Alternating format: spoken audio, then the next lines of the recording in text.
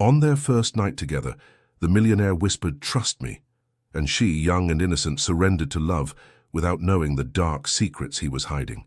Was it the biggest mistake of her life, or the beginning of something life-changing? Tell me, where are you watching from? If you want to find out how this intense story ends, subscribe to the channel and leave your like. You won't regret it. In the gardens of the soul, the most beautiful flowers bloom after the most violent storms. The New York sun poured like liquid honey through the stained glass windows of the Metropolitan Museum of Art, creating a kaleidoscope of colors that danced across the polished marble floor. Eleanor Blackwood, with her 22 years freshly completed, felt like an intruder in this world of expensive perfumes and practiced laughter. Her fingers played nervously with the hem of her sky-blue dress, a simple creation her grandmother had lovingly sewn over weeks, while she observed the whirlwind of elegant silhouettes moving as if in a choreographed dance of power and prestige. The champagne flute she held remained almost untouched, only a single sip had disappeared from it. The golden liquid reflected the light from the crystal chandeliers, creating small flashes that hypnotized the young woman as she tried to blend into the crimson damask wall, wishing to be both invisible and omnipresent at once. "Seems you found the only quiet corner in this circus of vanities," said a deep voice to her right, startling her. When Eleanor looked up, she found amber-colored eyes observing her with a mixture of curiosity and something else she couldn't identify. The man before her radiated a presence that occupied more space than his physical body. Tall, with broad shoulders, wrapped in a custom-tailored suit that made no attempt to disguise its exorbitant cost, and a smile that seemed to guard ancient secrets.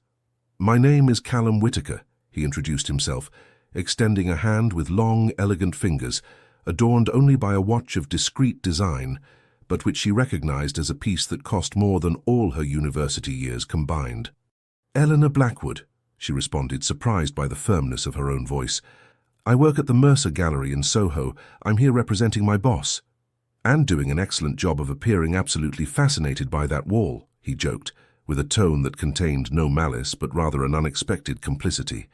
"Would you like to know the real secret of these events?" Eleanor raised an eyebrow, a gesture she had inherited from her mother and used when her curiosity overcame her shyness. Callum leaned slightly, as if he were about to reveal the mystery of the universe. "Nobody here is really having fun. Everyone's playing a role just like you and me." That observation drew a genuine laugh from Eleanor's lips, a crystalline sound that seemed to surprise them both with its spontaneity. It was a fleeting moment, barely a blink in the timeline, but in years to come, when Callum recalled this night, he would always return to that exact instant, when Eleanor's laughter cut like a ray of light through the artificiality surrounding him, illuminating something he believed lost forever. What neither of them could imagine at that moment was that this casual encounter in a corner of the room was not the beginning of their story, but the first step in a labyrinth of emotions, secrets, and transformations that would test the very foundations of who they believed themselves to be. And as Eleanor accepted a walk through the museum's sculpture garden under New York's starry sky, something inside whispered that her life was about to change forever. But changes rarely arrive as we expect, and the deepest lessons often hide in the darkest places of our hearts, patiently waiting for us to have the courage to illuminate them. The first 3 months passed like a feverish dream for Eleanor.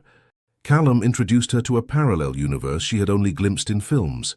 Dinners in hidden restaurants in Greenwich Village, where waiters treated her like a princess. Nights at the opera in private boxes. Yacht cruises around Manhattan as the sunset tinted the water orange and purple. "Close your eyes," Callum asked one afternoon, as they browsed an antique bookstore in the East Village. The aroma of old paper and leather permeated the air, mixing with the subtle cologne he always wore. Eleanor obeyed, feeling him place something heavy in her hands. When she opened them, she found herself holding a first edition of The Great Gatsby by F. Scott Fitzgerald, with a handwritten dedication that made her catch her breath. "I can't accept this," she murmured, overwhelmed by both the historical and monetary value of the object. "It's too much." Callum took her hands in his, enveloping them along with the book in a protective gesture. "Nothing is too much if it brings that light to your eyes," he responded, with an intensity that disconcerted her. "Beauty should be with those who truly know how to appreciate it." These words accompanied her each morning when she returned to her small apartment in Brooklyn, a modest space full of personality that contrasted brutally with Callum's minimalist penthouse on the Upper East Side. While preparing coffee in her tiny kitchen, with its chipped tiles and the Italian coffee maker that had belonged to her mother, Eleanor tried to reconcile the two parallel lives she now led. Her friend Vivian, with her characteristic New York frankness, didn't wait long to express her concern one afternoon as they shared appetizers at a long-time favorite bistro. "Doesn't the age difference scare you?" she asked, while deliberately slowly spearing an olive. "He's almost the age of your father, Ellie." "It's not the age that worries me," Eleanor confessed, surprising herself with her own honesty. "It's like sometimes I don't know who I am when I'm with him, like I've become a reflection of what he wants to see." The confession floated between them, while the bistro's bustle continued around them.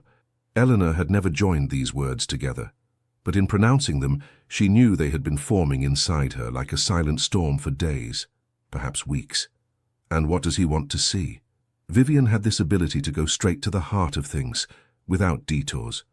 "I don't know," Eleanor responded, fixing her gaze on her wine glass. "Sometimes I think he doesn't even see me, but someone he needs me to be." That night, while waiting for Callum for their weekly dinner at the restaurant across from Lincoln Center, she observed her fragmented reflection in the crystal glasses aligned on the immaculate tablecloth. Each returned a slightly distorted image of herself, and she wondered which of all these versions was real, if any were at all. When he appeared with his usual elegance and that smile that seemed to guard 1,000 secrets, Eleanor noticed for the first time the small lines of tension around his eyes, almost imperceptible to anyone who hadn't dedicated themselves to memorizing every detail of his face as she had. "Has something happened?" she asked, taking his hand across the table. Callum denied it with a studied gesture, too perfect to be sincere. "Nothing worth stealing this night," he responded, but something in his voice, a barely perceptible discordant note, set off an alarm in Eleanor's mind. It was then she understood that the mirages didn't just distort her own image, but also the one she had of him. Under the facade of the confident, controlled man she knew, there were undercurrents of emotions that he kept carefully contained, like a stormy ocean beneath a calm surface. "I want to know you, Callum," she said suddenly, surprising him mid-comment about the wine. "Not the successful businessman, nor the sophisticated collector. You, the man who hides behind all that." Callum's expression changed, as if something had broken and recomposed in an instant inside him. For a moment, Eleanor glimpsed a vulnerability so pure it took her breath away. "I'm not sure that man still exists," he confessed finally, with an honesty that seemed to cost him a physical effort. "I've been playing this role so long that sometimes I forget where the mask ends and my face begins." In the silence that followed, something fundamental changed between them. They were no longer mentor and protege, the experienced man and the impressionable young woman. For the first time, they looked at each other as two equally lost, equally frightened human beings, seeking something authentic in a world built on appearances. And it was precisely this moment of naked truth that made Eleanor make the most dangerous decision of all, to fall in love not with the mirage, but with the imperfect man she had just glimpsed. The sound of church bells filtered through the open window, mingling with the scent of jasmine climbing up the white walls of the courtyard. Eleanor watched the dance of light and shadow on the hydraulic tiles, lost in thoughts that swirled like the pigeons around St. Patrick's Cathedral. "Child, the coffee's getting cold." Her grandmother Lenora's voice brought her back to the present. The family dining room, with its antique furniture and black and white photographs, represented everything Eleanor had been until a few months ago. Tradition, roots, stories repeated over and over until they became family mythology. "Sorry, Grandma, I was distracted," she smiled, bringing to her lips the cup decorated with floral motifs, part of the china her grandmother reserved for special occasions, among which, apparently, now counted her increasingly scarce visits. "That man keeps you distracted," Lenora replied with that mixture of concern and resignation that only American grandmothers know how to combine. "I look at you and don't recognize you, Eleanor. It's like each day you spend with him, a part of you vanishes." The words hit Eleanor with the force of an unexpected slap, not for their harshness, but for the echo of truth that resonated in them, amplifying her own silent doubts. "It's not like that, Grandma. I'm discovering parts of myself I didn't know existed, she tried to explain, though the words sounded hollow even to herself. Callum has opened doors for me I didn't even know were there. Lenora set her cup on the saucer with a small clink that seemed to fill the entire room. Doors, my dear, can open without letting the windows through which the air of your own being enters close, she said, with that ancestral wisdom that didn't come from books, but from a life lived. Your grandfather, God rest his soul, used to say people are like trees. We need strong roots to be able to grow towards the sky. If you cut your roots— I'm not cutting anything, Grandma, Eleanor interrupted, with more harshness than she intended. I'm just growing in a direction no one expected, not even me. The silence that followed weighed like New York humidity in midsummer. Eleanor knew she had touched a sensitive point, her family's genuine concern, the fear of losing her not just physically, but in essence. When she returned to Callum's penthouse that night, the conversation still echoed in her mind. As she moved through the minimalist space where each object had a specific purpose and value, she realized nothing there bore her mark. She was a guest in Callum's perfectly choreographed life, not a presence that had altered the landscape. She found him in his office, reviewing documents with that absolute concentration that isolated him from the world. The bluish light from the computer screen cast strange shadows across his face, accentuating the sharp angles of his features. I need to bring some of my things, she announced from the doorway without preamble. Callum looked up, slightly disconcerted by the interruption. Of course, whatever you want, he responded automatically, but then seemed to really process her words. What kind of things? My books, some paintings, the quilt my grandmother made, Eleanor enumerated, gaining confidence as she spoke. Things that remind me who I am. An undecipherable expression crossed Callum's face before he could control it. And who are you, Eleanor? He asked, with a dangerous softness. That's what I'm trying to discover, she responded, holding his gaze. And I can't do that if I feel I have to leave parts of myself at the door every time I enter here. The silence between them filled with unspoken words, unconfessed fears. Finally, Callum rose and approached her with deliberately slow movements, like someone approaching a frightened animal. I never wanted to change you, he said, taking her hands. I fell in love with you precisely for everything you are, not for what you could become. Really? The question escaped her lips before she could contain it. Because sometimes I feel like you see in me someone you need me to be, not who I really am. The vulnerability that crossed Callum's face in that instant was so authentic it almost hurt to look at. Maybe you're right, he admitted, with an honesty that disarmed her. Maybe I'm so used to molding the world around me that I do it without realizing. But if there's anything true in my life, Eleanor, it's what I feel for you.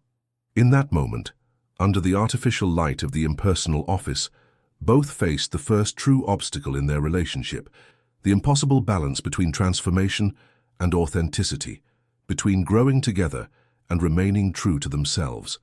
I'll bring my things tomorrow, Eleanor finally said with a quiet determination, and I want you to tell me your story, Callum. Not the version you tell the world, but the real one, with all its shadows. The request hung suspended between them like a promise and a threat simultaneously, because both sensed that once the truths began to be revealed, nothing would ever be the same between them, and that possibility was as terrifying as it was inevitable. The estate rose among centuries-old oak trees like a fortress from another time, its white walls gleaming under the merciless sun of the Massachusetts countryside. Eleanor contemplated the landscape from the terrace, feeling how the heat reverberated off the ancient stones, while the aroma of lavender and rosemary rose from the gardens that descended in terraces toward the valley.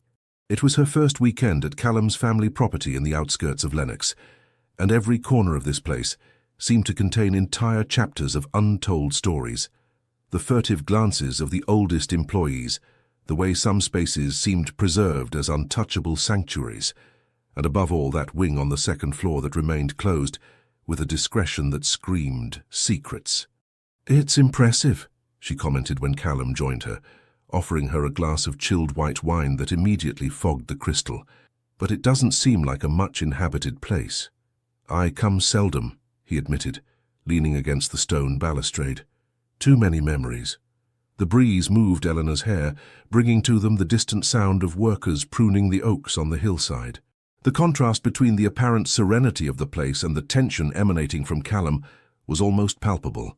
Good memories or bad? She dared to ask, breaking the tacit agreement not to press too much, to respect the silences. Callum contemplated his glass as if in the golden liquid he might find the answers he sought. Memories are rarely one thing or the other, Eleanor. Mine are complicated.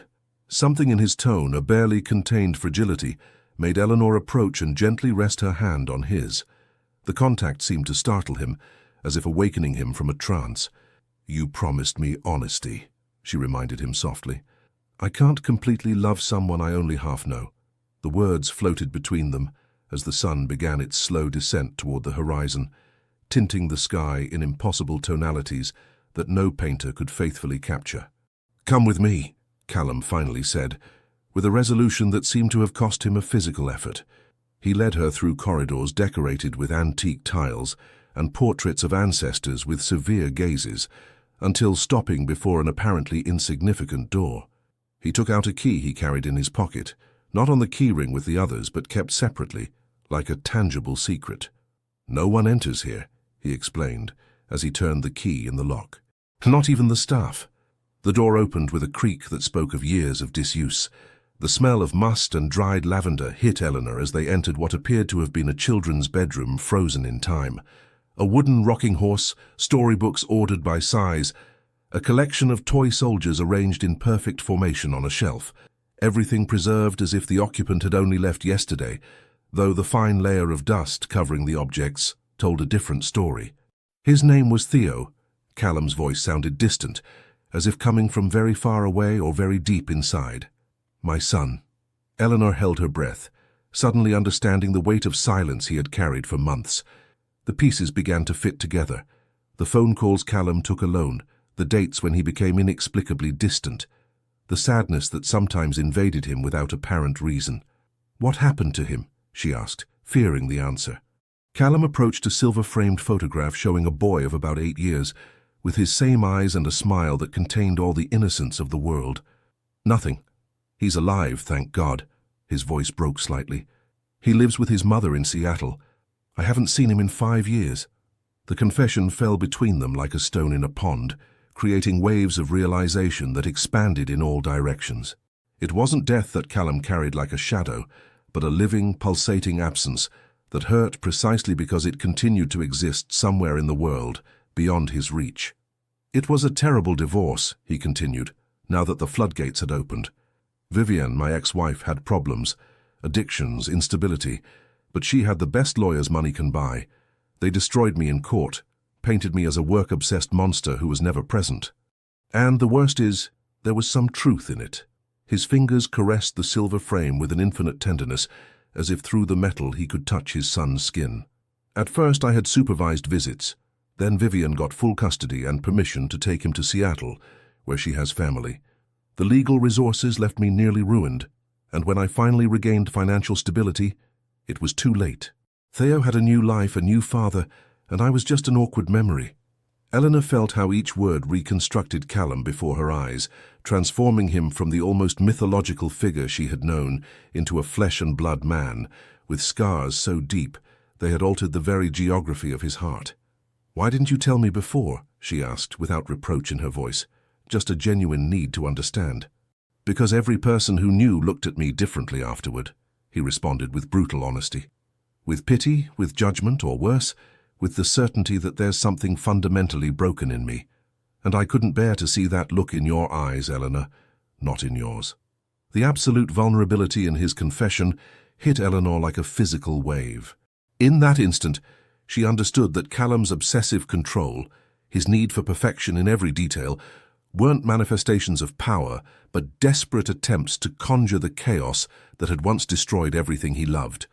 Without a word, Eleanor approached and hugged him tightly, pressing her face against his chest, listening to the accelerated beats of his heart. There was no pity in her gesture, only a compassion so pure it transcended words. "Your son would be proud of the man you are," she whispered against his shirt, "and someday he'll know that." As the sun finished hiding behind the mountains, bathing the room in an amber light that seemed straight out of a dream, both remained embraced amid memories preserved like insects in amber.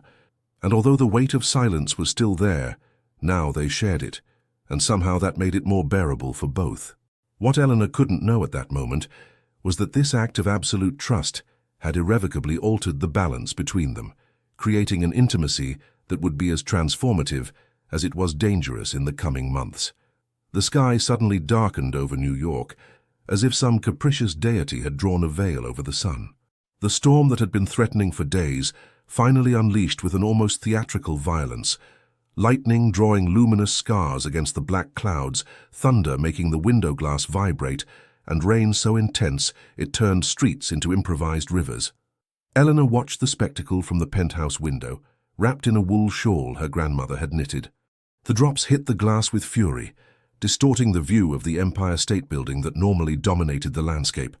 It was too perfect a metaphor to ignore, clarity giving way to confusion, familiar beauty transforming into something unrecognizable. Callum's phone rang for the third time in less than 10 minutes.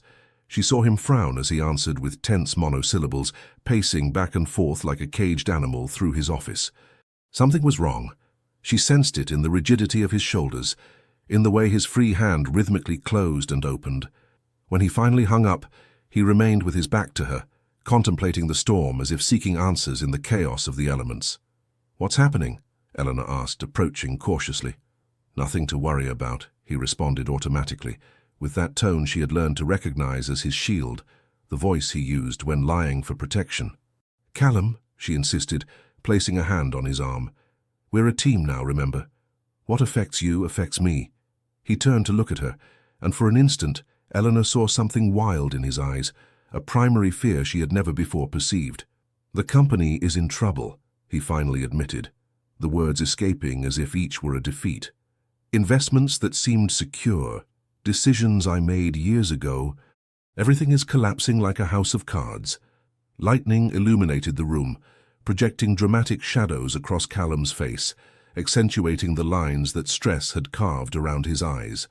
"How serious is it?" asked Eleanor, maintaining calm despite the panic beginning to grow inside her. "I could lose everything." The confession came out as a broken whisper. "The company, the penthouse, the estate, everything I've built over 2 decades. The revelation fell between them like glass breaking into 1,000 pieces. Eleanor felt a sudden vertigo, as if the floor beneath her feet had become unstable. It wasn't fear of material loss that frightened her, but the sudden realization of how fragile were the structures upon which they had built their relationship. "How long have you known?" she asked, instinctively stepping back. "The first indications appeared a month ago," Callum admitted, avoiding her gaze. "But I didn't want to worry you until I was certain." "A month," Eleanor repeated, feeling how the word became an invisible wall between them. "You carried this alone for a month, while I lived in a fantasy bubble."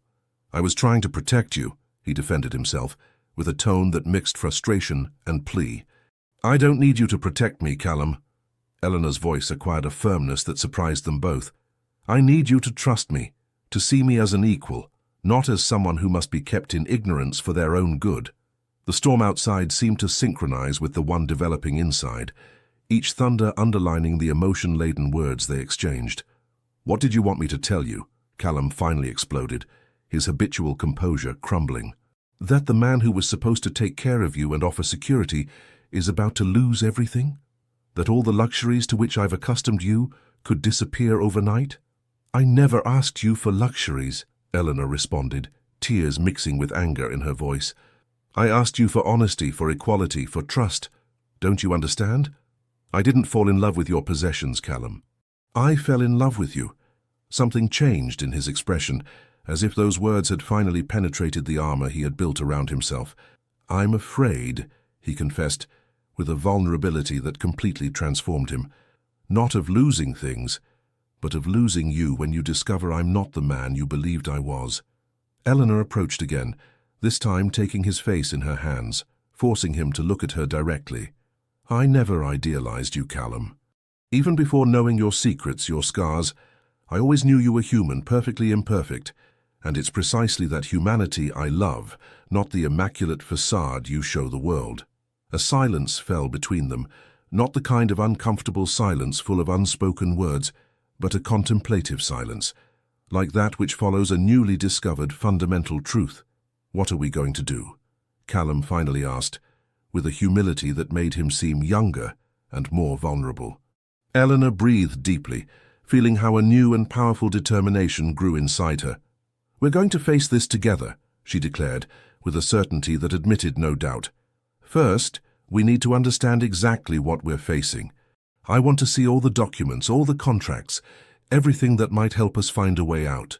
The surprise on Callum's face was slowly replaced by something more: admiration, and perhaps for the first time, a genuine respect that went beyond affection or attraction. "My finance professor always said that crises are opportunities disguised as problems," Eleanor continued, with a confidence that emanated from some deep place inside her she didn't even know existed. "I don't know if we can save everything, but I know that together we'll find a way through this." As the storm began to abate outside, something new took shape between them. A partnership of equals, forged in adversity and cemented in a truth they were both just beginning to understand. True love wasn't measured by sunny days, but by the willingness to remain together when clouds darkened the horizon. What neither could foresee was that this first test would be merely the prelude to even greater challenges awaiting them, and that the strength they were discovering in their union would be tested in ways they never imagined possible. The offices of Whitaker Investments, once a symbol of corporate opulence in New York's financial district, now seemed the scene of a foretold defeat. Boxes piled in corridors, employees collecting personal effects with expressions oscillating between disbelief and resignation, and the incessant sound of phones that no one bothered to answer anymore. Eleanor observed everything from the doorway of the conference room, where Callum maintained a heated discussion with what remained of his board. Through the frosted glass, she could distinguish silhouettes gesticulating vehemently, voices that occasionally rose high enough for loose phrases to reach her: irresponsible, should have foreseen, irreparable consequences. 2 months had passed since that stormy night. 2 months of incessant struggle, of sleepless nights reviewing contracts and financial statements, of desperate calls to contacts and potential investors. But the avalanche was too large to stop. Risky decisions made years ago, when success seemed infallible, now exacted their price with interest. The door opened abruptly, and the board members exited in single file, avoiding her gaze, as if she were the bearer of some contagious disease. Only Wesley, Callum's oldest collaborator, paused briefly beside her. "Take care of him," he said quietly, with a mixture of sadness and respect. "He's a better man than they believe." When Eleanor entered the room, she found Callum standing before the window that offered a privileged view of the Empire State Building, now bathed in the golden light of the New York afternoon. He seemed thinner. The pronounced dark circles under his eyes spoke of chronic insomnia, and yet there was something in his posture that suggested not resignation, but reflection. "It's over," he said without turning, his voice strangely serene. "The board voted for the liquidation of assets. In 48 hours, Whitaker Investments will officially cease to exist." Eleanor approached and placed a hand on his shoulder, feeling the accumulated tension in his muscles. "How do you feel?" she asked, knowing it was a more complex question than it seemed. Callum turned to look at her, and what Eleanor saw in his eyes surprised her. There was no defeat but a strange clarity, as if through disaster he had arrived at some kind of fundamental understanding. "Liberated," he responded with an honesty that resonated between the walls of the empty room. "Terrified and liberated at the same time, if that makes any sense." Eleanor nodded, perfectly understanding the paradox. For weeks she had seen him fight, not just against financial ruin, but against his own identity. Who was Callum Whitaker without his business empire, without the expensive suits and luxurious offices, without the fearful respect his name generated in circles of power? "We need to talk about practicalities," she said, sitting down and inviting him to do the same. "What's left after the liquidation?"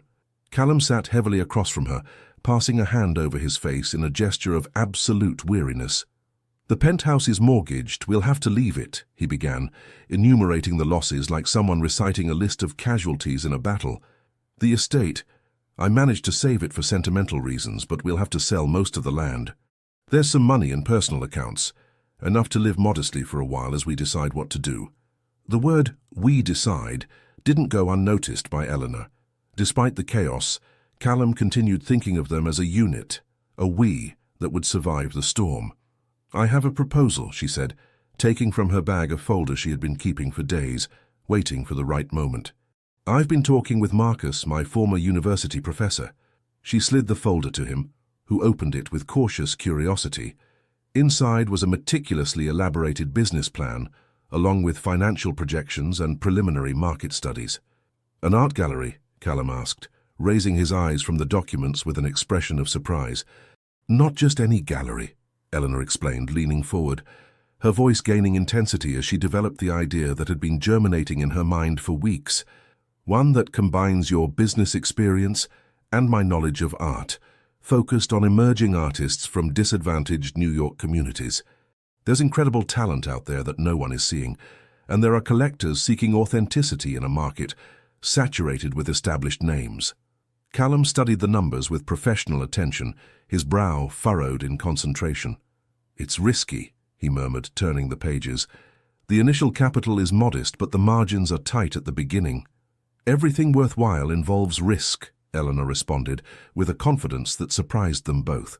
"But this is a calculated risk, based on real market knowledge and a vision that combines purpose with economic potential. It won't be an empire like you had, but it could be something more significant." Something changed in Callum's expression as he continued reviewing the plan, a spark of genuine interest that Eleanor hadn't seen in weeks. "Where did you learn to make financial projections like this?" he asked, clearly impressed. Eleanor smiled, a gesture that momentarily illuminated the somber conference room. "I've been taking online courses while you slept," she confessed, "and Marcus helped me with the more technical aspects. I wanted to present you with something solid, not just a nice idea." Callum closed the folder and looked at her with an intensity that reminded Eleanor of their first meeting, when she saw in him not just power and wealth, but a passion for life that resonated with her own. "Are you sure you want to do this?" he asked, his voice laden with meaning. "You could simply go your own way, build your own life without the weight of my failures." Eleanor extended her hand across the table, intertwining her fingers with his in a gesture that was both promise and challenge. "They're not just your failures, Callum, they're our challenges," she responded, each word carrying an unbreakable determination. "And I prefer to face the unknown with you than any certainty without you." In that moment, surrounded by the remains of a fallen empire, something new began to form between them, a more authentic partnership, based not on the dynamic of mentor and protege, but on the mutual recognition of strengths and vulnerabilities.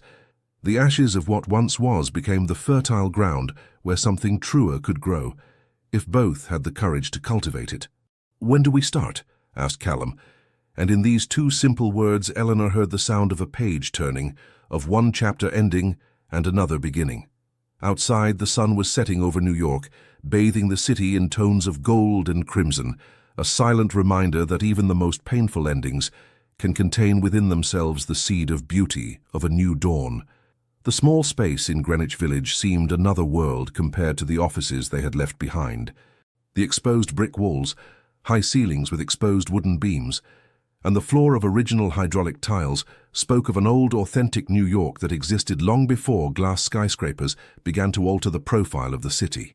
Eleanor passed a damp cloth over the newly installed counter, while Callum finished mounting the lights that would illuminate the works in the first exhibition. Construction dust floated in the air, visible in the rays of sun filtering through the freshly cleaned windows. "Be careful with that ladder," she warned, observing with concern how Callum stretched to adjust a spotlight. "We don't need a hospital visit right before the opening." He smiled from above, that smile that had begun to gradually reappear in recent months, like a shy visitor returning after a long absence. "Concern wasn't part of your character when we met," he joked, descending carefully. "I think you're acquiring my habits. And you're learning to relax a little," she replied, offering him a glass of cold water. "Yesterday I saw you laugh when the plumber told us we needed to replace the entire installation. 6 months ago you would have fired someone for less." Callum drank the water in silence, contemplating the space slowly taking shape around them. Horizons, as they had decided to call the gallery, was a modest project compared to those he had directed in the past, but there was something in its simplicity, in its clear purpose, that gave him a different satisfaction. "I'm changing," he finally admitted. with an honesty that had become habitual between them. "Sometimes I wake up at night and don't recognize the man I'm becoming. It's terrifying and liberating at the same time." Eleanor approached and cleaned a paint smudge from his cheek, an intimate gesture that spoke of the new dynamic between them, more balanced, more authentic. "We all change constantly," she said. "The difference is that now you're aware of the process, you're directing it instead of being directed by it." The sound of the door opening interrupted the moment. Dren, a young artist from Brownsville, whose vibrant and raw paintings would be the center of the inaugural exhibition, entered carrying a canvas wrapped in protective cloth. "Sorry I'm late," she apologized, her accent marked by the outer boroughs, reflecting an origin very distinct from the circles in which Callum used to move. "My little brother had a fever, and I had to wait for my mother to return from work." 3 months ago, Callum would have shown impatience at such an explanation. Now, however, he set down the glass and hurried to help her with the canvas. "Family always comes first," he said with genuine warmth as they unwrapped the painting together. "How is the boy now?" The transformation didn't go unnoticed by Eleanor, who observed the scene with a mixture of pride and amazement. The Callum she had met at the Metropolitan Museum, impeccably dressed and distantly courteous, would have delegated this task to some assistant. The man before her, in worn jeans and a simple t-shirt, stained with paint and sweat, animatedly discussed with Wren the best location for her most personal work. Later, as they shared a simple lunch of sandwiches in the small improvised office at the back, Eleanor allowed herself to verbalize what she had been thinking. "I never imagined we would end up like this," she said, contemplating the half-prepared space. "When I met you, all of this would have seemed insufficient." Callum chewed slowly, considering her words. "The man you met was trapped in a cage he had built himself," he finally responded. "A cage of expectations, of appearances, of compensations for what he believed he had lost." He set down the sandwich and took Eleanor's hands in his, observing them as if they contained some fascinating mystery. "You know, I've been thinking a lot about Theo lately," he confessed, mentioning his son with a naturalness that would have been unthinkable months ago. "What he would think if he saw me now." "He would be proud," Eleanor responded without hesitation. "He would see an authentic man, not a perfect facade." Callum nodded slowly, as if processing a newly discovered truth. "I've hired a lawyer," he said after a moment of silence, "one specialized in international family law. He believes there might be a possibility to re-establish some kind of contact now that Theo is almost of age." The revelation surprised Eleanor. Despite the growing intimacy between them, Callum rarely spoke of concrete plans regarding his son. "It's an important step," she said cautiously, aware of the fragility of this hope. "Are you prepared for what might happen, whatever the outcome?" "That's the difference," he responded, with a serenity that seemed to come from some new place within him. "Before, I needed to control the outcome to feel secure. Now I understand that courage isn't in guaranteeing success, but in accepting uncertainty, and moving forward anyway." Eleanor recognized in these words not just Callum's transformation, but her own. The insecure young woman who sought validation in the admiration of a powerful man had given way to a woman who found her worth in the authenticity of her choices and the integrity of her vision. "We're in metamorphosis," she said, finding the perfect word for what they both were experiencing. "Neither caterpillars nor butterflies yet, but something in between, something in process." Callum smiled, a smile that reached his eyes in a way she had rarely seen before. "I like that image," he responded. "And the best thing about metamorphosis is that, although it hurts and frightens, in the end it allows you to fly to places you never would have reached by crawling." The afternoon sun filtered through the windows, projecting elongated shadows over the plans and sketches spread across the table. Outside, New York life continued its immemorial rhythm. Ladies returning from the market with their carts, children playing in small squares, tourists marveled by the ancient beauty of cobblestone streets. And in the midst of this city that had seen empires rise and fall, two people rediscovered a truth as old as time itself, that sometimes we have to lose everything to find what truly matters. The night before the opening of Horizons, Eleanor couldn't sleep. The small apartment they now shared in the West Village, modest but full of character, with balconies overlooking a square where magnolias perfumed the air, was immersed in a restless silence. She went out to the balcony in her nightgown, letting the night breeze caress her skin while she contemplated the stars, struggling to make themselves visible among the city's light pollution. It had been 6 months of incessant work, of obstacles overcome one by one with determination and creativity. The gallery was ready, the invitations sent, the works carefully selected and arranged. And yet, a primitive fear had settled in her stomach, a doubt that grew like a poisonous vine. What if they failed? What if all the effort, the sleepless hours, the invested savings, turned into nothing more than another failure? "Insomnia got you too." Callum's voice, hoarse from sleep, came from the balcony door. Eleanor nodded without turning, feeling him approach until he stood beside her, their arms lightly brushing. For a few minutes, both contemplated the urban landscape in silence, finding comfort in the simple presence of each other. "I'm afraid," she finally confessed, the words escaping like a whisper the wind almost carried away. Callum didn't respond immediately. When he did, his voice had that reflective quality he had developed in recent months, as if each word were carefully considered before being pronounced. "So am I," he admitted, "but it's a different fear from what I used to know." He turned to look at her, his face barely illuminated by the square's lights. "Before I feared failing because it meant not being enough, not meeting an impossible standard I had created myself," he continued. "Now I fear disappointing the people who trusted in us. Ren, the other artists, you." Eleanor understood that this was precisely the nature of her own fear.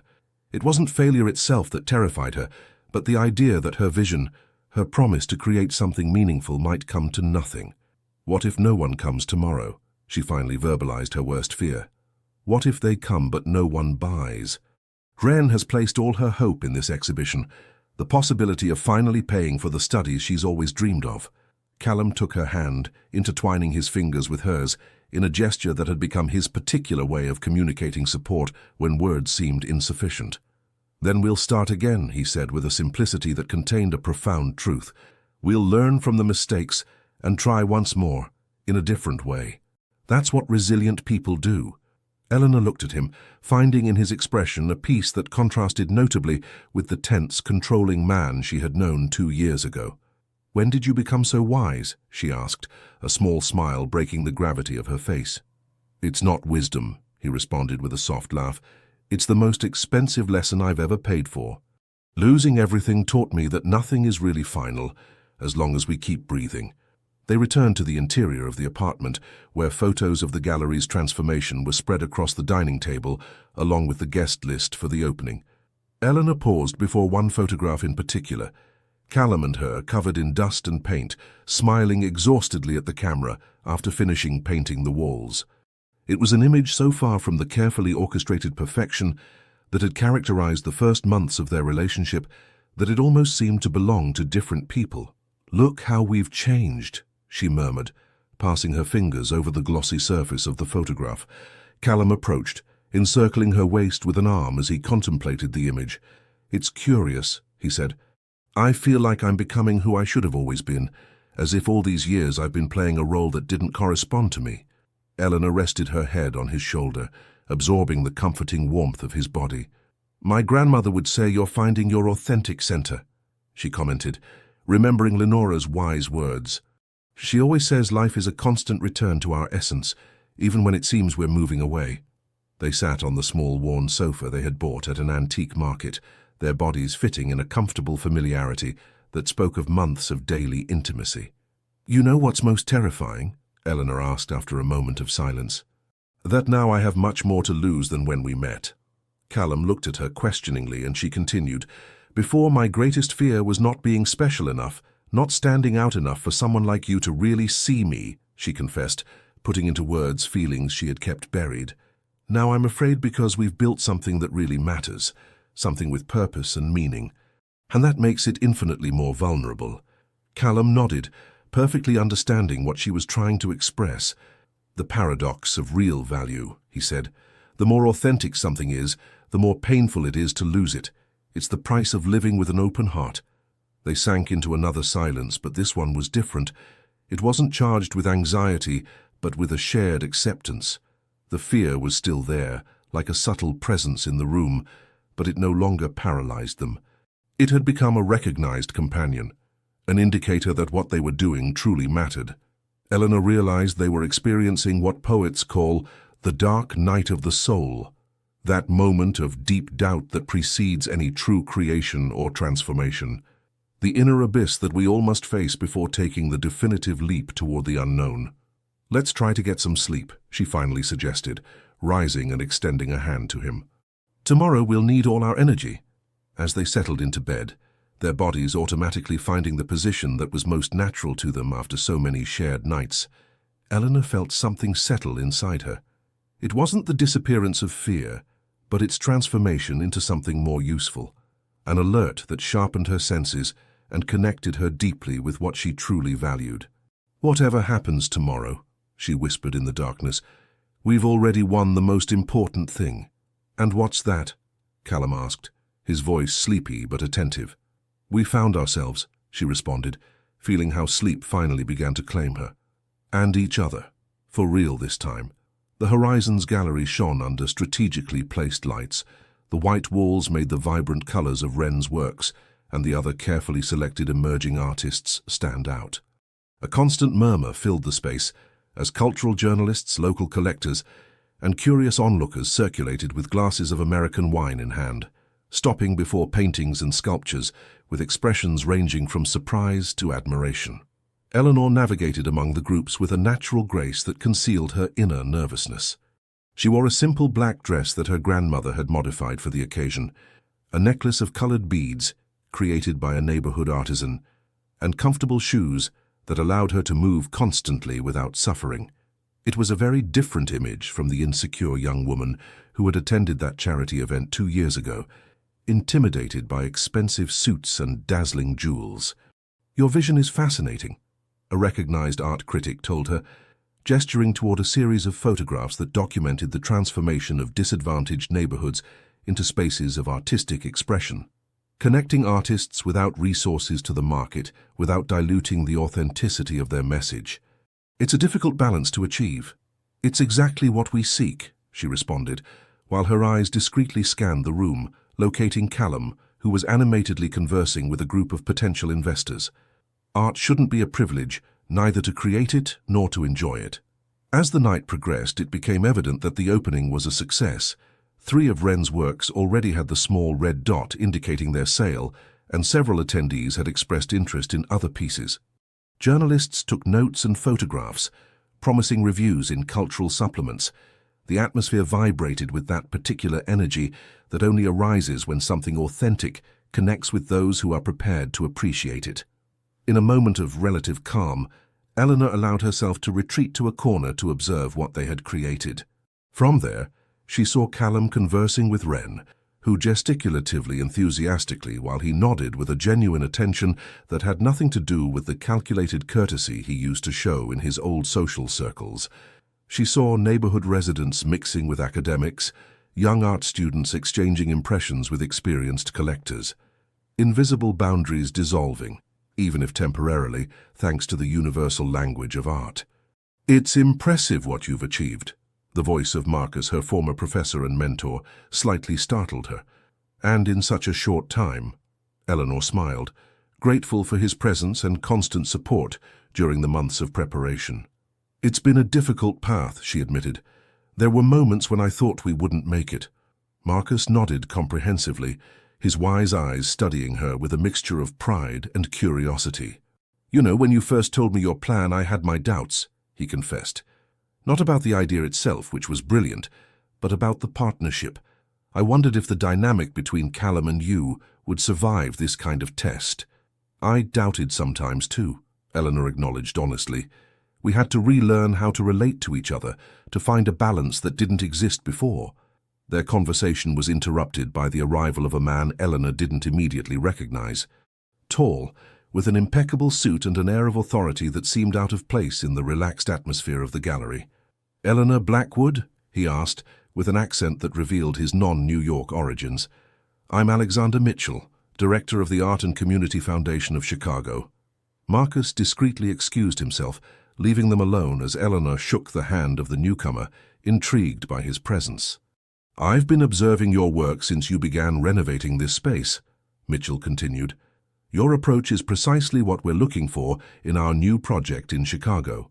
During the following minutes, the man explained that his foundation was opening a cultural center in a former industrial building in Pilsen, with the aim of replicating on a larger scale exactly the type of initiative that Horizons represented. They needed someone with vision and practical experience to direct it. We offer complete creative direction, a budget 5 times larger than what you have here, and contact with international institutions, he concluded, handing her a card with the foundation's logo. It would be an important step in your career. Eleanor held the card as if it was something fragile and potentially dangerous at the same time. It's a very generous offer, Mr. Mitchell, she responded, carefully choosing her words. But Horizons has just been born, and my commitment is here.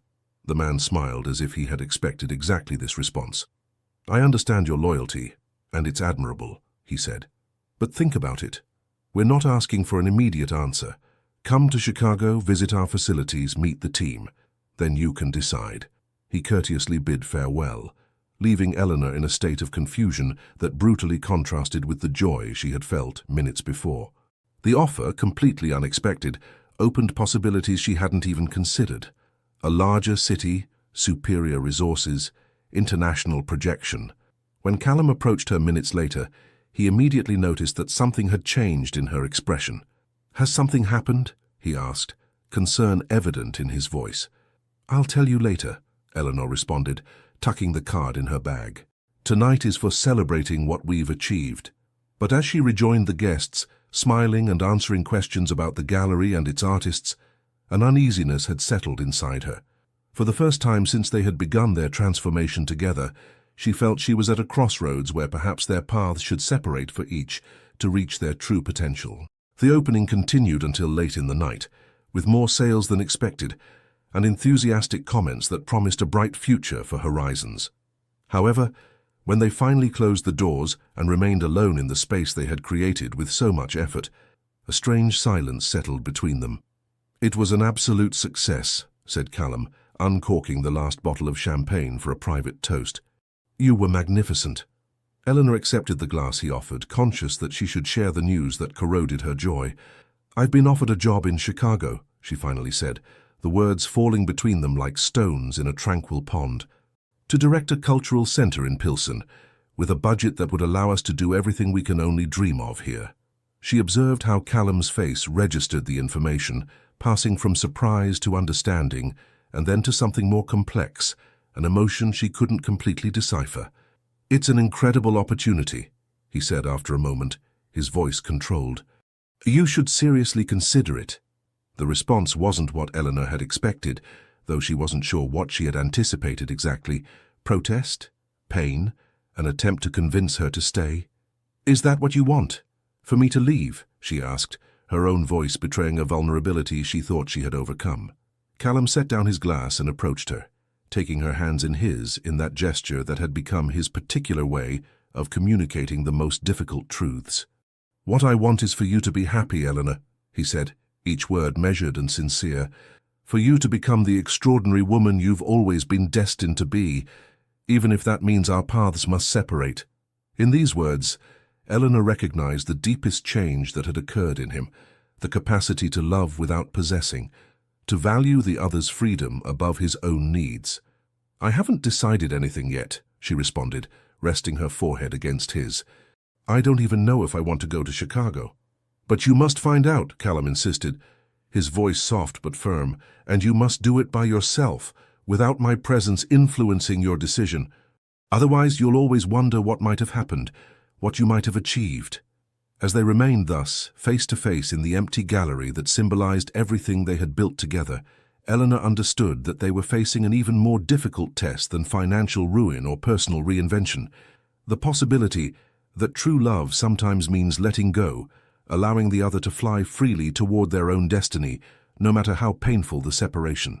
The high-speed train crossed the fields at more than 300 kilometers per hour, turning the landscape into a blurred watercolor of ochres and yellows under the merciless July sun. Eleanor rested her forehead against the window, feeling the subtle vibration of the glass while her thoughts ran even faster than the train itself. Chicago awaited her, 3 days of meetings with the Art and Community Foundation, visits to facilities under renovation, interviews with the team she would potentially work with. 3 days to make a decision that could alter the course of her entire life. She reviewed the messages on her phone, one from Wren, excited because an emerging art magazine wanted to interview her. Another from her grandmother, reminding her to take a cardigan because in Chicago the air conditioning is treacherous. And one from Callum, brief but laden with meaning, "I trust you. Always." The last week had been strange, with an underlying tension hovering between them, like a fog that wouldn't completely dissipate. Eleanor felt divided between excitement for the professional opportunity and fear of what her departure might mean for their relationship. Callum, for his part, maintained a serenity that sometimes frustrated her. Did he really care so little if she left? Or was this his last and most generous act of love, freeing her from any feeling of guilt or responsibility? "Ladies and gentlemen, in a few moments we will arrive at Chicago Union Station," announced a voice over the loudspeakers, pulling her from her reflections. Upon descending from the train, the contrast with New York hit her immediately. The accelerated rhythm, the constant noise, the human diversity moving in all directions like excited molecules in a chemical experiment. Chicago didn't seduce you slowly like New York. It absorbed you at once into its frenetic energy. Alexander Mitchell awaited her at a cafe near the station, exactly as promised. During the following hours, he took her on a tour of the industrial building they were reconverting. 5 floors of open spaces with high ceilings and immense windows that flooded every corner with natural light. As they walked through the spaces under construction, he detailed his vision with a contagious enthusiasm.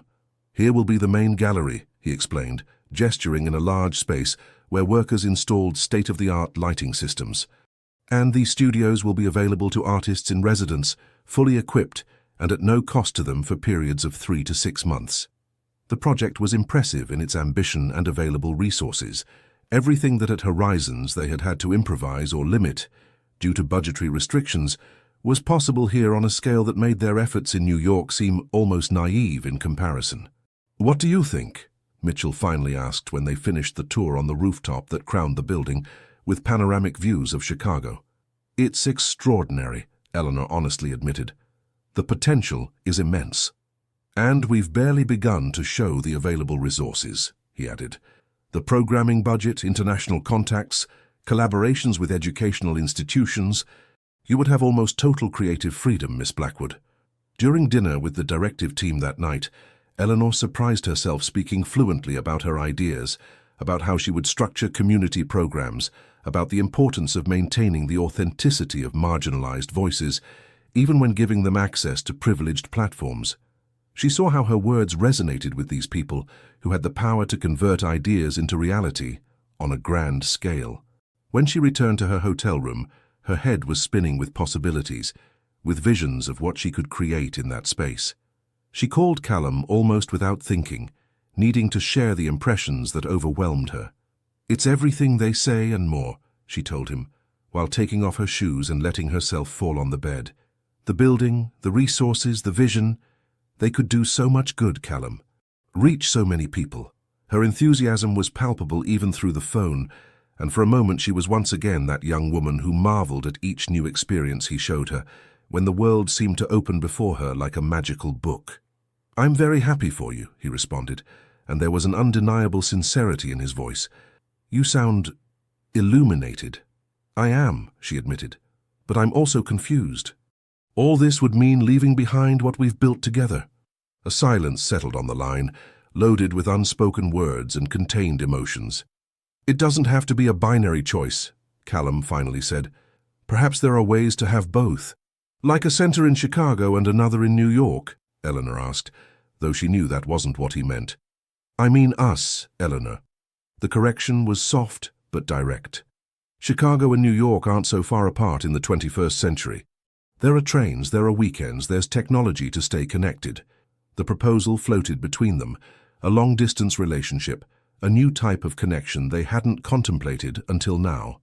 Eleanor felt a knot in her throat as she recognized the implicit sacrifice Callum was willing to make. Would it work? She asked, more to herself than to him. Could we maintain what we have like this? I don't know. Callum's honesty was one of the qualities she had learned to value most. It probably wouldn't be the same, but perhaps it could be something different, something that would allow us both to grow in the directions we need. That night, after hanging up, Eleanor remained awake for hours, watching Chicago's lights blink through her room's window. She thought about everything they had gone through together. The initial dazzlement, the growing doubts, the revealed secrets, the financial ruin, the mutual reinvention. A journey that had taken them from superficial fascination to a deeper love, based on the acceptance of their imperfections and vulnerabilities. The second day of her visit was even more intense than the first. Meetings with local artists who already collaborated with the foundation, detailed presentations of educational programs under development, concrete proposals about her role and responsibilities. Everything seemed designed to seduce her professionally, to show her the impact her work could have on this scale. However, during a moment of rest when she remained alone in one of the rooms under construction, Eleanor experienced a strange sense of déjà vu. For an instant, she seemed to be again at that party at the Metropolitan Museum, surrounded by luxury and dazzling opportunities, but feeling fundamentally out of place, as if she were about to enter a world that, though fascinating, wasn't completely her own. That night she dined alone at a small restaurant near the hotel, deliberately distancing herself from the professional environment to be able to think clearly. While savoring a simple New England clam chowder, her mind reviewed the pros and cons of each option, as if they were pieces of an impossible puzzle. Chicago represented professional growth, social impact on a larger scale, recognition. New York meant continuity, roots, the project she had built with her own hands alongside Callum, proximity to her family and her community. But beyond practical considerations, something deeper was at stake. Who did she truly want to be? The director of a prestigious cultural center in a large city, or the founder of a small gallery with soul in a neighborhood she considered her own? As she paid the bill, her phone vibrated with a message. It was from Wren, sending her photos of a new work she was finishing, inspired by her grandmother's stories. "Without you, this would never have existed," said the text, accompanying the images. "You didn't just give me a space to exhibit, you gave me the confidence to create." These simple but profoundly sincere words provoked a shiver that ran down her back. Suddenly, with a clarity that surprised her with its forcefulness, Eleanor knew exactly what she had to do. On the morning of the third day, she entered Alexander Mitchell's temporary office with a serenity that contrasted with the agitation of previous days. He received her with an anticipatory smile, clearly expecting her affirmative answer. "I've made my decision, Mr. Mitchell," she said, sitting across from him with straight back and clear gaze. "And I deeply appreciate the opportunity you've offered me." The man's smile faltered slightly, perceiving something in her tone he hadn't expected. "But I must decline it," Eleanor continued. "My work in New York has only just begun, and it's there that I can offer the most value at this moment in my life." Mitchell observed her in silence for a few seconds, as if completely re-evaluating the young woman before him. "It's a brave decision," he finally said. "Few would refuse an offer like this." "It's not a question of courage," she responded with a tranquil smile. "It's a question of authenticity, of being faithful to the person I'm discovering I am." As the train returned her to New York that same afternoon, Eleanor felt an inner peace she hadn't experienced in weeks. It wasn't the euphoria of a perfect decision, for she knew that every choice implies renunciations. It was the calm that comes from alignment between external actions and the inner compass, that silent guide that orients us toward our true north when we learn to listen to it. The landscape gradually changed, the Chicago plains giving way to the Green Mountains on the way to New York, and as the sun began its descent toward the horizon, tinting the sky in impossible tonalities, Eleanor understood that sometimes the most important journey isn't outward, toward the new and dazzling, but inward, toward the person we truly are when all mirages dissipate. The July heat fell over New York like a heavy blanket, driving away tourists and locals alike to the cool shade of sheltered patios and rooms with closed blinds. At the Horizons Gallery, Eleanor adjusted the climate control system while mentally reviewing the preparations for the autumn exhibition. 2 months had passed since her decision to stay, and each day reaffirmed the certainty of having chosen correctly. The tinkling of the bell announced the arrival of a a rarity at these hours of obligatory siesta due to the scorching heat. Upon turning, she found Callum, who entered with a large envelope under his arm and an indecipherable expression on his face. "I thought you were in a meeting with the bank," Eleanor commented, approaching to kiss him. "It ended earlier than expected," he responded, briefly returning the kiss before heading to the small office at the back. "I need to show you something." Intrigued by his behavior, Eleanor followed him. She found him carefully spreading some documents on the desk, plans, photographs, and what appeared to be detailed financial projections. "What is all this?" she asked, leaning over the papers. "The future," Callum responded with a mixture of excitement and nervousness, or at least a possibility of future. During the next hour, he meticulously explained his vision. He had been working in secret, with help from Wesley and some of his old contacts, on a project that would expand the Horizons concept beyond the walls of the small gallery. A complete cultural center located in an old industrial warehouse in Williamsburg, with spaces for exhibitions, educational workshops, residencies for artists, and an incubator for creative enterprises. "The building is for sale at a reasonable price due to its condition," he explained, pointing to photographs that showed a deteriorated space, but with evident potential. "And I've managed to interest several investors who believe in our social and artistic vision." Eleanor studied the documents with growing attention, recognizing in them not just a solid business plan, but also the crystallization of dreams they had shared during long nights of conversation. "It's ambitious," she finally said, raising her eyes to him. "Very ambitious." "It is," Callum nodded, "but it's not crazy. The numbers add up, even with conservative projections, and most importantly, it could have the impact you've always desired without the need to go to Chicago." The mention of that decision, which they had rarely discussed again, made Eleanor pause. She studied Callum's face, looking for signs of insecurity or manipulation, but found only sincere hope and vulnerability. "Is that why you planned all this? So I wouldn't regret staying?" she asked directly. Callum seemed to consider the question carefully, as if examining his own motivations at that very moment. "It began that way, I won't deny it," he admitted with the honesty that now characterized their relationship. "But as I worked on it, it transformed into something more, into a vision of its own, into something I want to create not just for you or for us, but for what it represents in itself." He approached and took her hands, a gesture that had become his particular way of communicating the most important truths. "For years I built companies thinking only of profit and prestige," he continued. "Now I want to build something with purpose, something that remains even when we're no longer here." Eleanor felt a deep emotion at these words. She recognized in them not just love for her, but a genuine transformation in how Callum conceived his place in the world. "And Horizons?" she asked, looking around the small space they had created with so much effort and that now flourished with a life of its own. "What would happen to this place?" "It would continue being our original space, our first seed," Callum responded. "Ren could eventually direct it. She's ready to take that step, even if she doesn't know it." The idea of Ren assuming a leadership role made Eleanor smile. The young artist had flourished in recent months, not just in her creative work, but also in her confidence and vision. "I need time to process this," she finally said, still overwhelmed by the magnitude of the project. "It's a lot to assimilate at once." Callum nodded, carefully collecting the documents. "Of course. There's no rush," he reassured her. "The building isn't going anywhere, and the investors are willing to wait for our formal proposal." The use of "our" didn't go unnoticed by Eleanor. Despite the ambition of the project, Callum included her as an equal, not as a complement or assistant. That night, as they dined on the small balcony of their apartment under a starry sky, the conversation inevitably returned to the project. But this time, it was Eleanor who brought it up. "I've been thinking about your proposal," she said, serving herself a bit more New England pot roast, "and I have some ideas to expand it." The surprise and pleasure on Callum's face were evident as she explained how they could incorporate a specific program for women artists from rural areas, a collaboration with public schools, and an annual festival that would connect contemporary art with American artisanal traditions.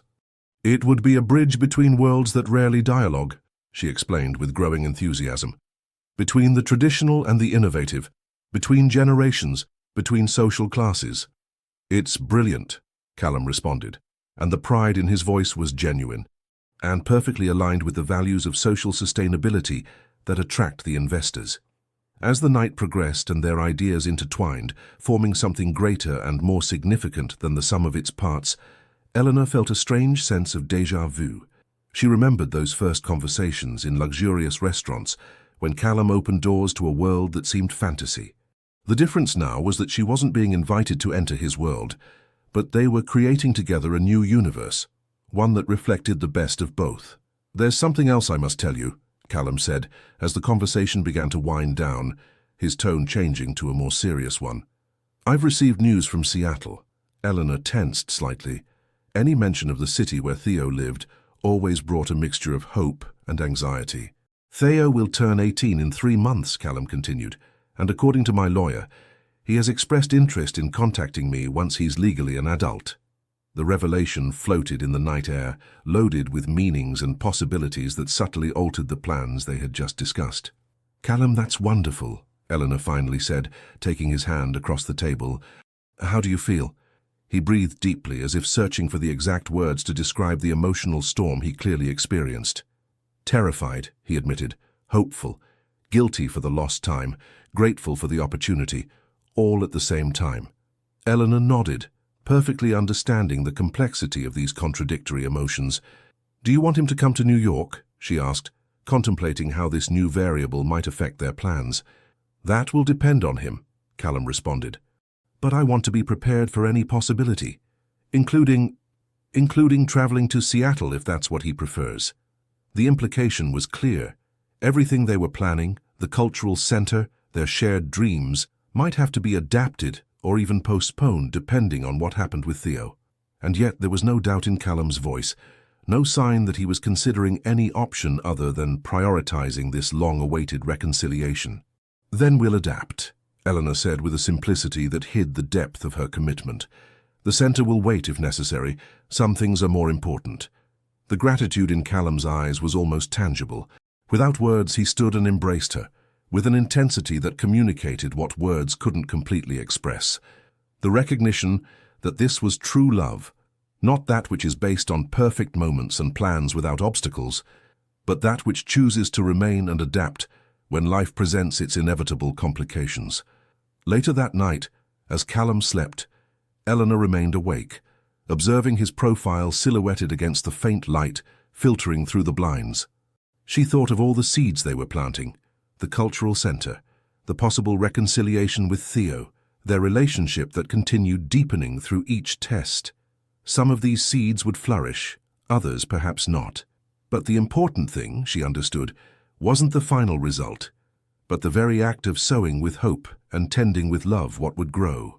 And with that certainty lulling her like a silent song, she finally let herself be carried away by sleep, her hand intertwined with Callum's as a symbol of everything they had built and all that was yet to come.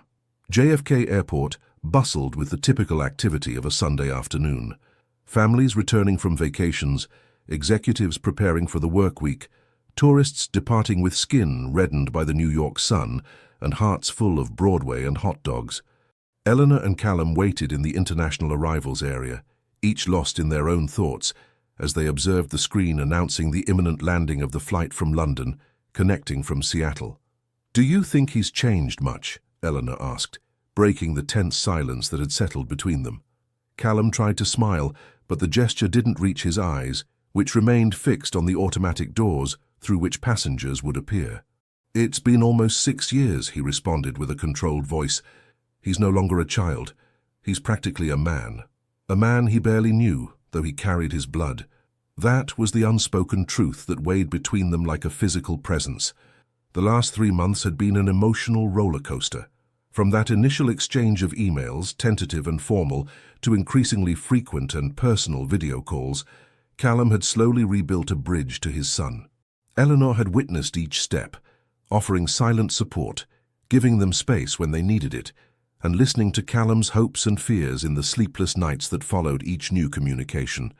The Cultural Center project had continued advancing in parallel, but at a more measured pace. The investors had accepted the revised plan that incorporated Eleanor's ideas, and the administrative procedures for purchasing the building were underway. However, everyone understood that the absolute priority at this moment was the reconciliation between father and son. "Passengers on flight BA-172 from London, exit through Gate 8, announced a mechanical voice over the loudspeakers. Eleanor felt how Callum's hand sought hers and squeezed it tightly. It was a gesture that had acquired a special meaning between them, a silent request for strength when words proved insufficient. And then they saw him. Tall and slim, with hair darker than in the photographs, but with the same unmistakable eyes as Callum, a unique mixture of amber and green that seemed to change with the light. Theo Whitaker had returned to the United States after years of forced absence. The moment when father and son met face to face was of an almost unbearable intensity. There were no immediate embraces or melodramatic displays of affection, just two pairs of identical eyes studying each other mutually, seeking in the other traces of lost time and signs of a possible future. "Hi, Dad," Theo finally said, his accent reflecting his years in Seattle. "Son," Callum responded, the word loaded with the weight of 1,000 absent conversations. Eleanor observed the scene from a prudent distance, conscious of her secondary role in this family drama. When Theo finally turned toward her, he did so with genuine curiosity. "You must be Eleanor," he said, extending his hand with a formality that contrasted with his youth. "My father talks a lot about you." "It's a pleasure to finally meet you, Theo," she responded, shaking his hand and resisting the impulse to hug him. "Your father also talks a lot about you." The journey back to the city transpired in a strange mixture of uncomfortable silences and superficial conversations. The weather, the flight duration, initial impressions of New York, as if they were all calibrating the emotional terrain before venturing into deeper waters. They had decided that Theo would stay in the small apartment they had specially adapted for him in the same building where they lived, offering him both proximity and independence. When they finally arrived and accompanied him there, the young man seemed to relax slightly upon seeing himself in his own space. "I'll let you get settled," Eleanor said after showing him the basic features of the place. "You must be tired from the trip. We thought perhaps you'd prefer to dine quietly tonight, but if you feel up to it, we'll be upstairs." Theo nodded, an expression of gratitude briefly crossing his face. "Thank you," he said simply. "I think I need a moment to adapt." Callum, who had remained unusually silent during the entire journey, finally spoke. "Take the time you need, Theo. There's no rush. We have 2 weeks ahead. 2 weeks that could mean everything or nothing, depending on how they developed." That was the unspoken thought floating in the air as they said goodbye and went up to their own apartment. Once alone, Callum collapsed on the sofa, as if he had been holding a physical weight that he could finally release. "He's so different," he murmured, passing his hands over his face. "And at the same time, there are gestures, expressions. It's like looking at a mirror from the past." Eleanor sat beside him, offering him a glass of wine that he gratefully accepted. "You gave him space," she observed. "That's important. It shows you respect his autonomy." Callum nodded slowly, as if processing a newly discovered truth. "It was the hardest thing for me to learn these months," he admitted, "that I can't recover lost time, nor pretend our relationship is as if we'd never been separated. We have to build something new from where we are now." The wisdom in these words moved Eleanor. It was the same Callum she had known, with his sharp intelligence and analytical capacity, but transformed by a humility and acceptance that only genuine suffering can teach. The following days established a cautious rhythm. Theo spent mornings exploring New York on his own, returning for shared lunches where conversations gradually became more personal. Eleanor tried to maintain a delicate balance, participating enough to facilitate communication, but withdrawing when she sensed father and son needed private space. As the first week progressed, she noticed how the young man's defenses began to slowly lower. His posture relaxed in Callum's presence. His responses became more extensive. Occasionally, he even shared anecdotes from his life in Seattle without being directly asked. One afternoon, while Eleanor worked at the gallery, she received an unexpected visit. Theo appeared alone, observing with genuine interest the exhibited works. "Dad told me about this place, but seeing it is different," he commented, studying a collaborative mural created by youths from a disadvantaged neighborhood. "It feels authentic." "It's what we try to achieve," she responded, offering him a tour that he accepted enthusiastically. As she showed him the different spaces and explained the philosophy behind the project, Eleanor noticed that Theo seemed especially interested in the educational and community aspects. "I studied some art in high school," he confessed when they paused before a series of engravings. "My mum always said I had inherited it from Dad, though I didn't remember him as an artist." "He has an excellent eye," Eleanor confirmed, "and great respect for the creative process, though he himself doesn't create." Theo nodded as if processing information that fit with his own fragmented memories. "May I ask you something personal?" he said suddenly, turning to look at her directly. "Of course," she responded, sensing that an important moment was approaching. "Do you really love him?" The question fell between them like a stone in a pond. "Or are you with him for what he can offer you?" At another time, Eleanor might have felt offended by the implication. Now, however, she recognized the pain and distrust feeding the question. After all, Theo had seen his parents' marriage crumble, had experienced firsthand the consequences of relationships built on fragile foundations. "I love him for who he is, not for what he has," she responded with absolute sincerity. "In fact, I met him when he had everything, and loved him even more deeply when he lost it all." She then told him, without dramatics but with honesty, the complete story of their relationship. The dazzling beginnings, the growing doubts, the financial crisis that had stripped him of his business empire, and the process of reconstruction they had undertaken together. "He's not perfect, Theo, and neither am I," she concluded. "But we've learned to love each other precisely in that imperfection." Something changed in the young man's expression as he listened, an old tension gradually dissolving. "All my life, I heard only one version of who my father was," he finally said. "My mom. She has her own demons, and I suppose she needed to turn him into a villain to justify some decisions." The confession was so vulnerable that Eleanor had to resist the impulse to hug him. Instead, she simply nodded, allowing him to continue. "When I turned 17, I accidentally found the letters he sent me that were never delivered to me, entire boxes of them." His voice broke slightly. "It was like discovering a stranger who had been trying to reach me for years, while I grew up believing he had abandoned me." "Is that why you decided to contact him?" Eleanor asked softly. Theo nodded, his eyes fixed on the engravings as if he found it easier to talk without maintaining eye contact. "I needed to know the truth. My truth. Not my mother's version, not even his, but the one I could discover for myself." He turned to her again, with a surprising determination for someone so young. "And now I need you to tell me about this cultural center he talks about so much, because I think I want to be involved." The declaration took Eleanor completely by surprise. During dinner that night, when Theo shared his interest with Callum, the emotion on the latter's face was indescribable. It wasn't just the joy of a father whose son shows interest in his projects, but the profound commotion of a man who had believed forever lost the possibility of sharing something meaningful with his firstborn. As the conversation developed, it became evident that Theo wasn't speaking of a superficial or temporary participation. He had researched similar programs in Seattle, had concrete ideas about how to adapt those models to the New York context, and had even begun to sketch possible international collaborations.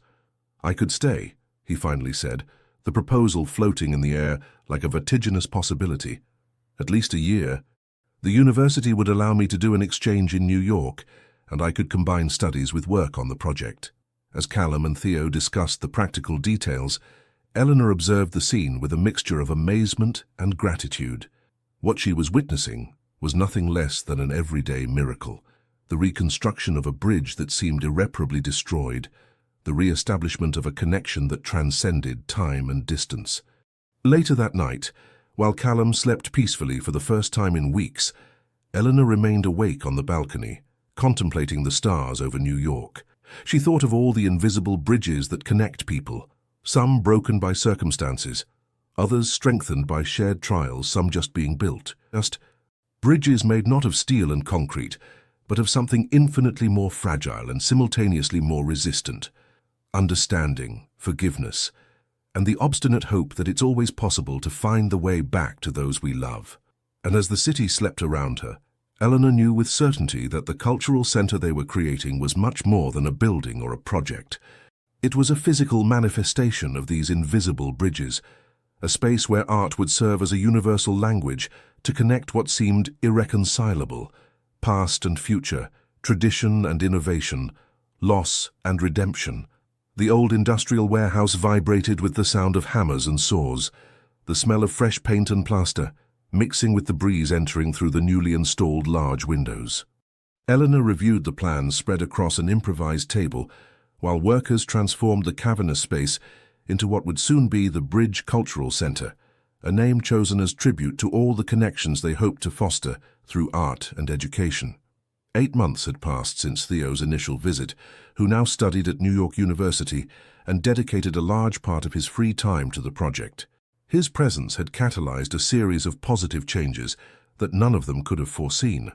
Not only had it strengthened his relationship with Callum, but he had contributed an international and youthful perspective that perfectly complemented their experience.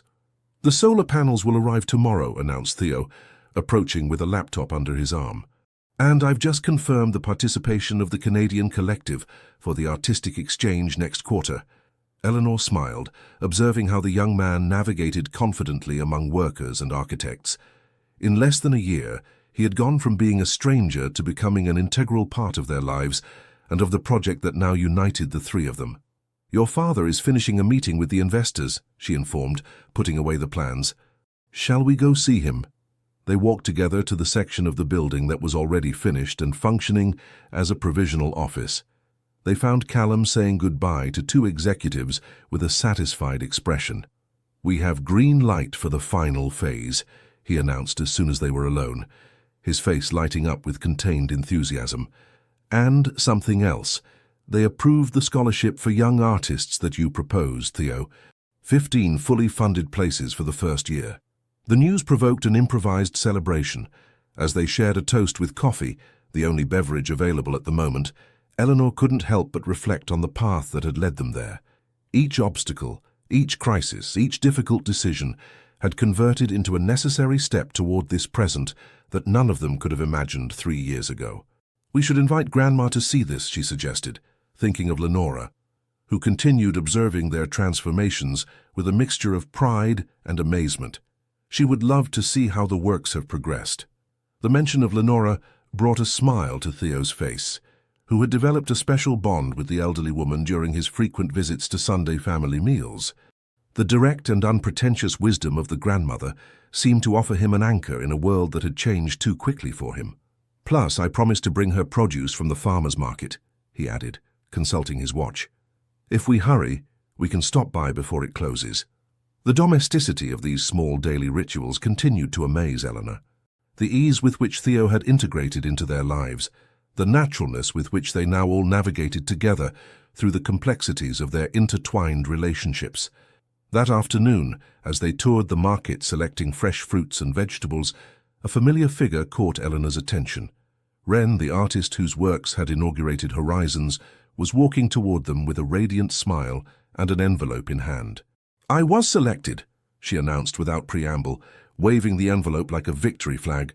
"The scholarship to study in Boston. I got it." The news provoked hugs and congratulations. Wren had worked tirelessly for months to prepare her portfolio and apply for a prestigious scholarship that would allow her to continue her formal artistic training. "This deserves a proper celebration," Callum declared, inviting Wren to join them for dinner that night. As they continued their shopping, now with Wren accompanying them and relating all the details of the selection process, Eleanor observed the scene as if slightly separated from it. She saw Theo carrying the heaviest bags naturally, Callum discussing with a vendor about the quality of tomatoes with the same passion he once reserved for million-dollar negotiations, Wren gesturing animatedly as she described the project she would develop in Boston. In that ordinary but perfect moment, she understood that they were closing circles they didn't even know needed completing. Wren, her first artist, now embarking on her own flight. Theo, the lost son, now finding his place not just in the family, but in the project that defined their lives. And Callum, the man who had once defined his worth by his possessions and power, now finding purpose in creating opportunities for others. The dinner that night in the small apartment became an improvised celebration that extended into the early hours of the morning. Lenora joined them, bringing a bread pudding she had prepared especially for the occasion. Wesley, Callum's old collaborator, who now worked with them at the cultural centre, appeared with his wife and a bottle of reserve wine. Marcus, the professor who had supported Eleanor from the beginning, completed the circle of people who had been fundamental in their shared journey. Amid laughter, stories, and future projects, Eleanor found herself momentarily overwhelmed by an emotion she couldn't completely name. It wasn't simple happiness, though certainly there was joy. It was something more complex, the sensation of being exactly where she should be, surrounded exactly by the people with whom she should be, doing exactly what she should do. Close to midnight, while the conversation continued flowing, Callum took her hand and quietly led her to the balcony. Under the starry New York sky, he embraced her from behind, resting his chin on her shoulder as they contemplated the illuminated city. "Remember the first night we spent together?" he asked in a low voice, his warm breath against her ear. Eleanor nodded, leaning back against his chest. Of course she remembered. The nervousness, the insecurity, the sensation of entering a world that didn't belong to her. "I told you, trust me," Callum continued, his arms tightening slightly around her. "And you did, though you had no reason to do so." "Trust is always a leap of faith," she responded, intertwining her fingers with his. "I've been thinking a lot lately." Callum's voice acquired a more serious tone, almost vulnerable. "About everything we've been through, about how each challenge has led us exactly where we needed to be." She turned in his arms to look at him directly. In the faint light coming from inside the apartment, his face showed lines of experience that hadn't been there when they met, but also a serenity that had replaced the constant tension that used to inhabit him. "Life rarely takes us along the path we plan," he continued, "and yet sometimes it leads us exactly where we belong." With a movement that took her completely by surprise, Callum knelt before her, taking a small box from his pocket. Eleanor held her breath, recognizing the solemnity of the moment. "It's not an expensive ring," he warned, opening the box to reveal a simple silver band with a small amber-colored stone. "It's not like the gifts I used to give you." "It's perfect precisely because of that," she responded, her voice barely a whisper. "Eleanor Blackwood," Callum continued, his voice firm despite the evident emotion in his eyes, "you've seen the best and worst of me. You supported me when I fell and pushed me to be better than I believed possible. Would you do me the honor of sharing not just projects and dreams, but also a last name and an official life together?" The tears Eleanor had been holding finally flowed. They weren't tears of surprise. Somehow she knew this moment would eventually arrive, but of deep gratitude for the path that had led them here. "Yes," she responded simply, extending her hand for him to slide the ring onto her finger. 1,000 times yes. When they returned inside, where the celebration continued oblivious to the transcendental moment they had just shared, they were received by the sound of laughter and animated conversations. Theo was the first to notice the ring on Eleanor's finger, and his smile of approval was all the blessing they needed. As the news spread among those present, generating a new wave of hugs and congratulations, Eleanor understood that they were closing the most important circle of all, the one that connected the imperfect but dazzling love of the beginning with the mature, conscious and resistant love they had built through trials and transformations. And at the center of that perfect circle were the two of them, not as the people they had been when they met, but as the people they had become together, stronger, wiser, more authentic, and above all, more capable of building something that transcended their own individual lives. The dawn light filtered softly through the linen curtains, drawing golden patterns on the white walls. Eleanor awakened slowly, conscious of the familiar warmth of Callum's body beside her, and of the soft tinkling of the silver bracelet she wore on her left wrist, a wedding gift from Lenora, who had insisted that a New York bride needed at least one piece of traditional jewelry. She rose carefully to not wake him, silently sliding to the balcony. The morning air of New York had that magical quality she so loved, fresh and clean before the day's heat settled, laden with the aroma of jasmine and magnolias in bloom. From her elevated position, she could see how the city slowly awakened, the first blinds opening, bakers beginning their rounds, an immemorial rhythm that continued regardless of the personal transformations occurring inside each home. The year that had passed since the marriage proposal had brought with it a series of changes as significant as they were unexpected. The wedding, celebrated in the courtyard of the Bridge Cultural Centre just as construction finished, had been a perfect fusion of tradition and innovation, exactly like the relationship it celebrated.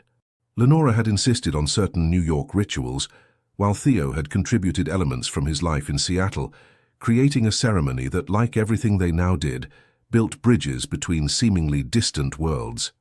The center had officially opened its doors 6 months earlier, with an inaugural exhibition that had attracted national and international attention. The project they had dreamed together now vibrated with its own life.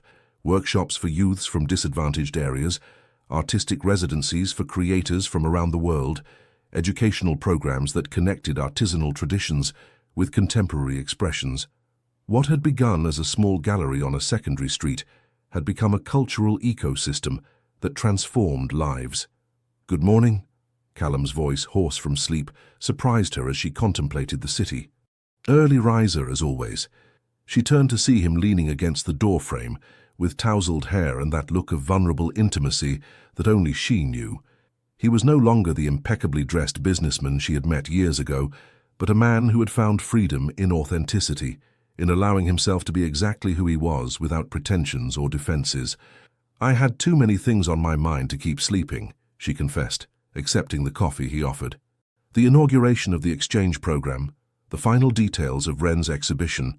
Callum smiled, sitting beside her on the small bench they had strategically placed to enjoy the view. "And the other matter," he added, his meaningful gaze communicating exactly what he was referring to. Eleanor nodded, unconsciously bringing a hand to her belly. The secret they had been keeping for almost 3 months was each day more difficult to contain.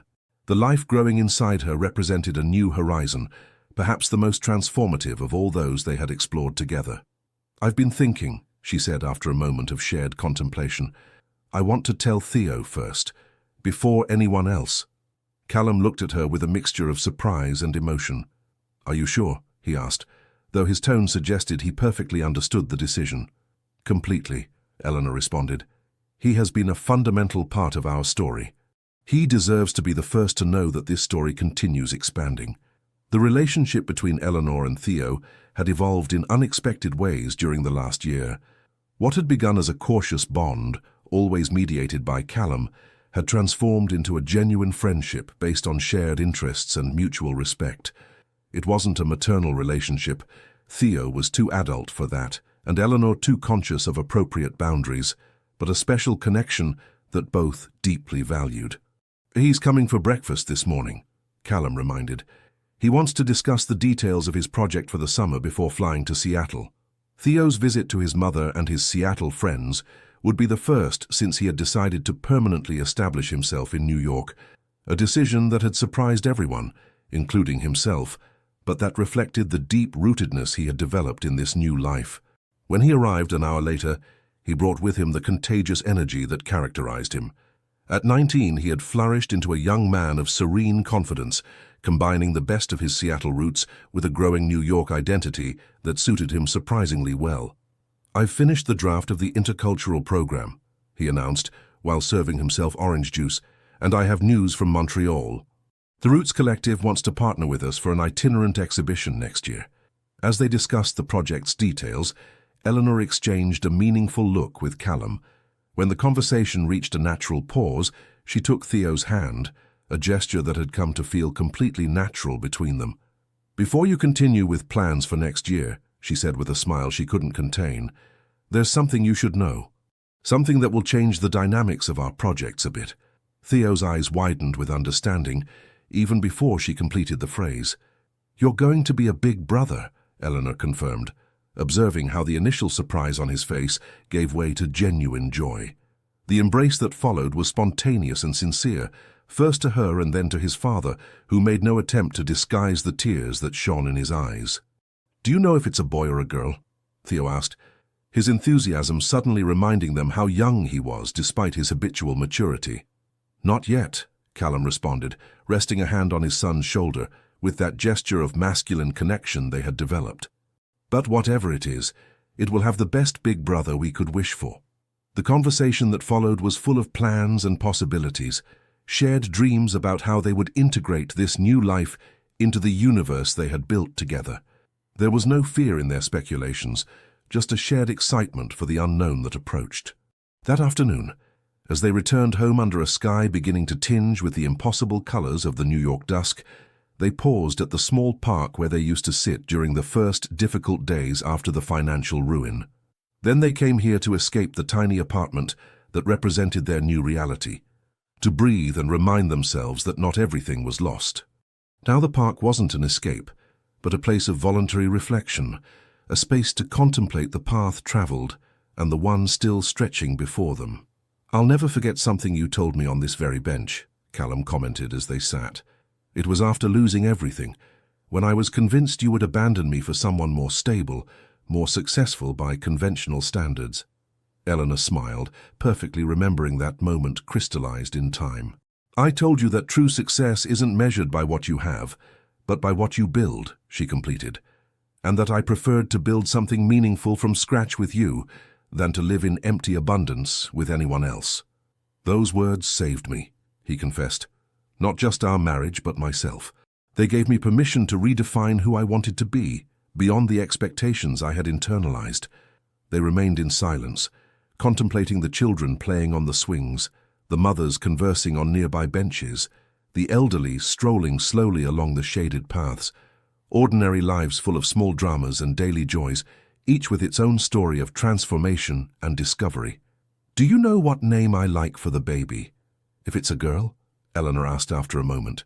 "What?" Callum responded, intertwining his fingers with hers. "Hope," she said simply, "because that's what our story represents. The hope that it's always possible to begin again, to heal what's broken, to find beauty even in the darkest moments." Callum nodded, the emotion visible in the soft smile that illuminated his face. "And if it's a boy, I'd like to name him Nathan," he offered, "after my grandfather. He was a simple man, but with an unbreakable integrity, the kind of legacy I want to pass on." As the sun finally hid behind the buildings, bathing the square in a golden light that seemed to bless the moment, Eleanor rested her head on Callum's shoulder. She thought of all the horizons they had crossed together, and the infinite ones still stretching before them: the birth of their child, the expansion of the cultural center, new exhibitions, new artists whose lives they would transform, and above all, their own continuous growth as individuals and as a couple. She understood then that the title of Horizons they had chosen for their first gallery had been prophetic. Because horizons are never really reached, they always shift as we advance, revealing new landscapes, new possibilities, new challenges. And therein precisely lay the beauty of the path they had chosen to travel together, in its infinite nature, in its capacity to surprise and transform them constantly. "The horizon is always a little further," she murmured, expressing her thoughts aloud. "And that's what makes it so beautiful." "Like our love," Callum responded, softly kissing her forehead, "without defined limits, constantly expanding, revealing new dimensions with each dawn." As they returned home in the gentle embrace of the New York twilight, Eleanor carried within her not just the life growing inside her, but also the tranquil certainty that they had found something more valuable than all material successes and possessions. They had found the capacity to transform each obstacle into opportunity, each loss into renewal, each ending into a new beginning. And as the stars began to appear in the night sky, twinkling like eternal witnesses to human stories that intertwine and transform, Eleanor understood that true happiness didn't reside in reaching a perfect destination, but in fully embracing the imperfect and beautiful journey that is life itself, with all its shadows and lights, with all its challenges and rewards, with all its horizons that always renew themselves, constantly inviting us to continue exploring, growing, and loving. Because in the end, true love isn't a point of arrival, but a path that is traveled day after day, decision after decision, transformation after transformation. A path that, like the horizon itself, never really ends, but continues expanding infinitely toward new possibilities, new dawns, new everyday miracles waiting to be discovered by those who have the courage to continue moving forward together.